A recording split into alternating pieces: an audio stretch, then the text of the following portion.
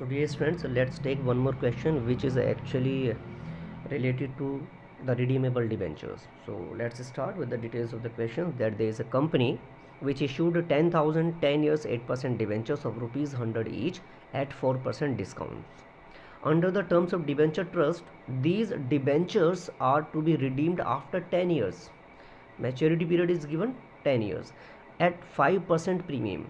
The cost of issue is 2% and assuming corporate tax rate at 30%, we need to calculate before and after tax cost of debt capital. देखिए जो हमें cost of capital चाहिए होती है that is actually calculated on after tax basis, और यहाँ हमें दोनों ही कैलकुलेट करने के लिए कहा गया तो हम दोनों को कैलकुलेट करेंगे. The important details in the questions are that जो कंपनी है उसने 10,000 डिबेंचर्स इशू किए हैं और उस पर 8% का रेट ऑफ इंटरेस्ट फिक्स किया गया और हर एक डिबेंचर जो है 100 रुपीज़ का है, बट ये पार वैल्यू है 100 रुपीज़. लेकिन जो इशू किए गए हैं डिबेंचर्स वो 4% के डिस्काउंट पर इशू किए गए. इट मीन्स जो इशूइंग है डिबेंचर्स की वो 4% डिस्काउंट पर है.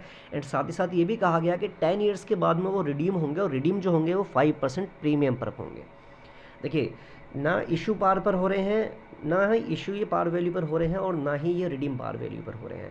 दोनों ही जगह पर इन्होंने क्या किया है कि एक कंडीशन लगा दी है कि जब इशू कर रहे हैं तो इशू करते वक्त में डिबेंचर्स 4% के डिस्काउंट पर इशू किए जाएंगे और जब रिडीम करेंगे तो 5% के प्रीमियम वैल्यू पर रिडीम किए जाएंगे. तो साथ ही साथ इन्होंने इसमें मैच्योरिटी पीरियड भी गिवन है कि 10 ईयर्स के टाइम पर 10 ईयर्स पूरा हो जाने पर इनको रिडीम किया जाएगा. इट मीन्स ये रिडीमेबल डिबेंचर्स हैं और रिडीमेबल डिबेंचर्स के लिए जो कॉस्ट ऑफ कैपिटल हम कैलकुलेट करते हैं that is actually on this formula कि हम इसको कैसे कैलकुलेट करेंगे. K D is equal to R plus M V minus N P divided by N upon M V plus N P divided by 2 into 100. This is the formula on the basis of which we calculate the cost of debt capital. और ये जो formula है that is actually before tax. ये before tax cost of debt capital calculate करने का formula होता है और इसमें हमें दोनों ही पूछे गए हैं आफ्टर टैक्स भी एंड बिफोर टैक्स भी. तो हम पहले before tax cost of capital calculate करेंगे. इसको कैलकुलेट करना बहुत आसान है, बस बहुत ध्यान से इसको देखना है. देखिए R is the rate of interest या एनुअल इंटरेस्ट पेमेंट. तो यहाँ पर जो हम एनुअल इंटरेस्ट पेमेंट की बात कर रहे हैं वो देखेंगे हम कि इसको हमें कैसे कैलकुलेट करना है. That's actually very simple one और इसको कैलकुलेट करना बहुत आसान है, बस आप ध्यान से देखते जाइएगा.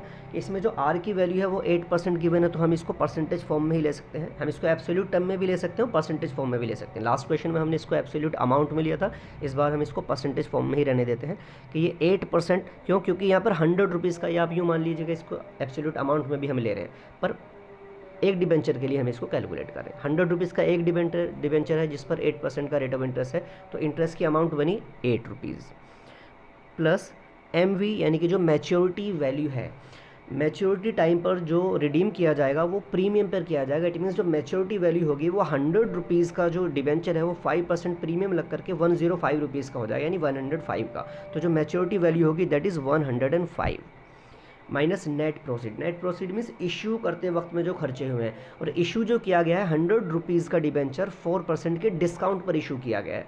इट मीन्स 4% तो यहाँ पर कम हो गया, और साथ ही साथ इन्होंने कहा है कि जो इशू एक्सपेंसेस हैं वो 2% हैं. इशू एक्सपेंसेस भी कितने हैं? वो 2% हैं. इसको हम देखिए इसी कैलकुलेशन के बेसिस पर हम एक वर्किंग नोट देंगे. वर्किंग नोट के बेसिस पर हम इसको समझ लेंगे कि हमने कैसे कैलकुलेट किया है. वर्किंग नोट्स में हमने क्या किया कि जो मैच्योरिटी वैल्यू है, मैच्योरिटी वैल्यू हमने कैलकुलेट किया इश्यू प्राइस प्लस प्रीमियम,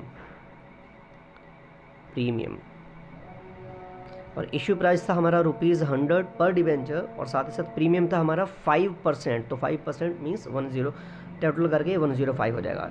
100 का 5% 5 रुपीज़ हो गया और मैच्योरिटी वैल्यू हुई हमारी 105 रुपीज़. ठीक है. इसी तरह से हम जब नेट प्रोसीड की कैलकुलेशन करेंगे then that is issue price या पार वैल्यू हम इसको कह सकते हैं माइनस इशू एक्सपेंसेस. और इशू एक्सपेंसेस जो हमारे आए हैं क्वेश्चन के अंदर वो 2% है. तो इशू प्राइस जो था हमारा वो वैसे तो 100 रुपीज़ है पार वैल्यू, लेकिन पार वैल्यू पे उन्होंने 4% का डिस्काउंट लगा करके इशू किया है. तो जो 100 रुपीज़ था उस पर 4% का इशू किया इसने, 4% का डिस्काउंट लगा करके. तो 4% जब डिस्काउंट लगा दिया तो कटने के बाद बच गया 96%, यानी कि 0.96 पैसा.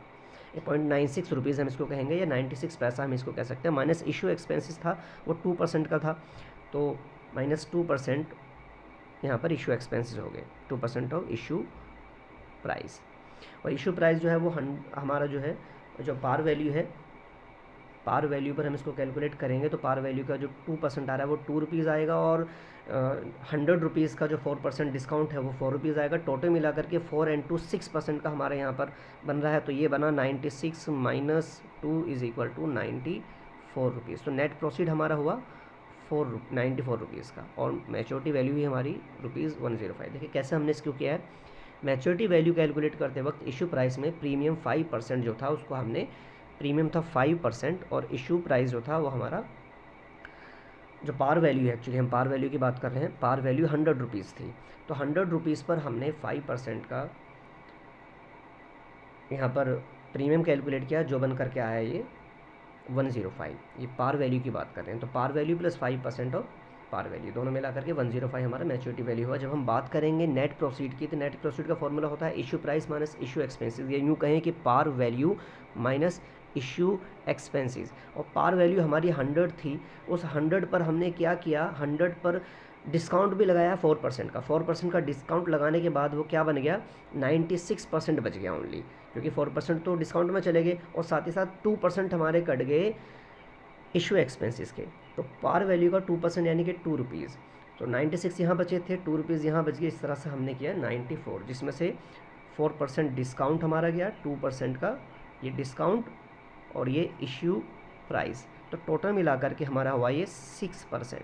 तो हमने 6% कैलकुलेट किया। हम इसको यूँ भी कर सकते हैं कि 100 इसका प्राइस था पार वैल्यू वाला, और 100 पर हमने 6% का डिस्काउंट जब काट दिया तो ये 94% बच गया। इस तरह से 94 रुपीज़ हमने कैलकुलेट किए, तो ठीक इस तरह से 94 रुपीज़ का हमारा NP आ गया।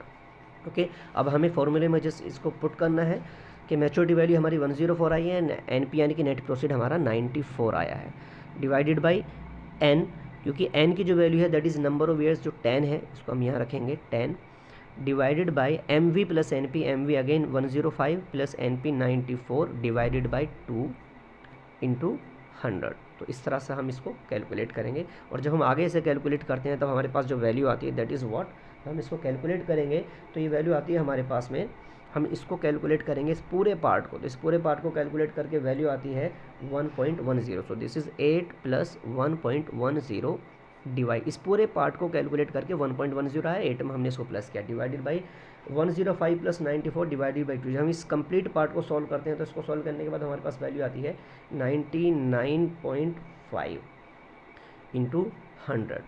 सो this is the thing that we are going to solve. और फाइनली इस कंप्लीट पार्ट को जब हम सॉल्व करेंगे, इस पूरे पार्ट को, तो सॉल्व करने के बाद हमारे पास जो वैल्यू आती है दैट इज़ 9.15%, 9.15%। तो हमारे पास जो cost of debt capital I before tax that is 9.15%। लेकिन हमसे दोनों पूछे हैं, बिफोर टैक्स भी एंड आफ्टर टैक्स भी, तो हमें क्या करेंगे, आफ्टर टैक्स भी हम इसको कैलकुलेट करेंगे। और आफ्टर टैक्स कैलकुलेट करने के लिए हमें क्या करना होगा, KD after tax is equal to KD before tax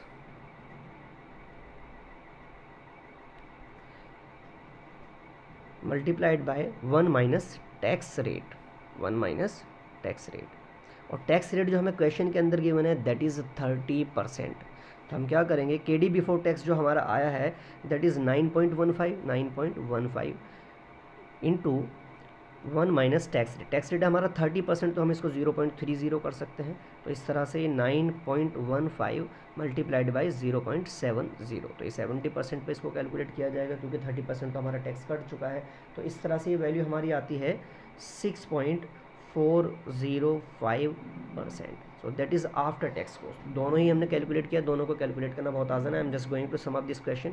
ध्यान से देखेंगे, क्वेश्चन के अंदर हमसे कहा गया है कि एक कंपनी है जो इशू कर रही है 10,000 डिवेंचर्स 8% के रेट ऑफ इंटरेस्ट पर, और हर एक डिवेंचर की वैल्यू 100 रुपीज़ है, और इशू करते वक्त में 4% का डिस्काउंट भी रखा गया है। और लेकिन जब वो 10 साल के बाद में रिडीम किए जाएंगे तो 5% के प्रीमियम पर रिडीम किए जाएंगे, और इशू एक्सपेंसिस 2% आते हैं। साथ ही साथ कॉर्पोरेट टैक्स रेट 30% एज्यूम करने के लिए कहा गया, क्योंकि 10% 10 ईयर इसमें क्लियरली गिवन है, इट मीन्स ये रिडीमेबल डिवेंचर्स हैं। तो रिडीमेबल डिवेंचर्स का फॉर्मूला हमारा है KD equals to R plus MV minus NP divided by N upon MV plus NP divided by 2 into 100। R यानी कि रेट ऑफ इंटरेस्ट, क्योंकि एक डिवेंचर 100 रुपीज़ का है तो 8% पे इसकी वैल्यू होगी 8 रुपीज़ प्लस। MV यानी कि मैच्योरिटी वैल्यू, तो मैच्योरिटी पीरियड 10 ईयर्स पूरा हो जाने पर वो प्रीमियम पर रिडीम होंगे, यानी पैसा जो मिलेगा 100 रुपीज़ का जो एक डिवेंचर था वो 5% का प्रीमियम लगकर 105 रुपीज़ में मिलेगा। तो मैच्योरिटी वैल्यू हो जाएगी 105, क्योंकि 5% का उस पर प्रीमियम मिल रहा है। अब बात करें नेट प्रोसीड की, यानी कि इशू करते वक्त में टोटल प्रोसीड कितना क्या हुआ, कितना खर्चा आया। 100 रुपीज़ का शेयर था, उसमें से 4% का हमने डिस्काउंट काट दिया, तो बचे कितने हमारे पास में 100 माइनस 4 यानी कि 96। अब साथ ही साथ इसमें 2% का इशू एक्सपेंसेस भी आया है, यानी कि 100 का 2% यानी कि 2 रुपये और हम इसमें से खर्च करेंगे, माइनस कर देंगे, तो 96 में से 2 को हमने और माइनस किया तो ये बन गया हमारा 94। या हम इसको यूँ समझ सकते हैं कि 4% का डिस्काउंट लग गया, 2% का इशू प्राइस लग गया, टोटल मिलाकर के 6% का खर्चा हुआ 100 रुपीज़ पर। तो 100 रुपीज़ पर 6% का खर्चा काटने के बाद में 94 रुपीज़ हमारे पास बचे नेट प्रोसीड के। तो इस तरह से 94 हमारा नेट प्रोसीड में आया, डिवाइडेड बाई 10 जो कि N की वैल्यू है 10 years, upon 105 plus NP 94 divided by 2 into 100। और इस कंप्लीट पार्ट को सॉल्व करने के बाद हमारे पास वैल्यू आती है 9.15%। This is before tax cost of debt capital, और हमें आफ्टर टैक्स कॉस्ट भी निकालनी है। तो हम आफ्टर टैक्स निकालने के लिए इसमें से टैक्स को माइनस करेंगे, तो टैक्स की रेट गिवन है हमें 30%। तो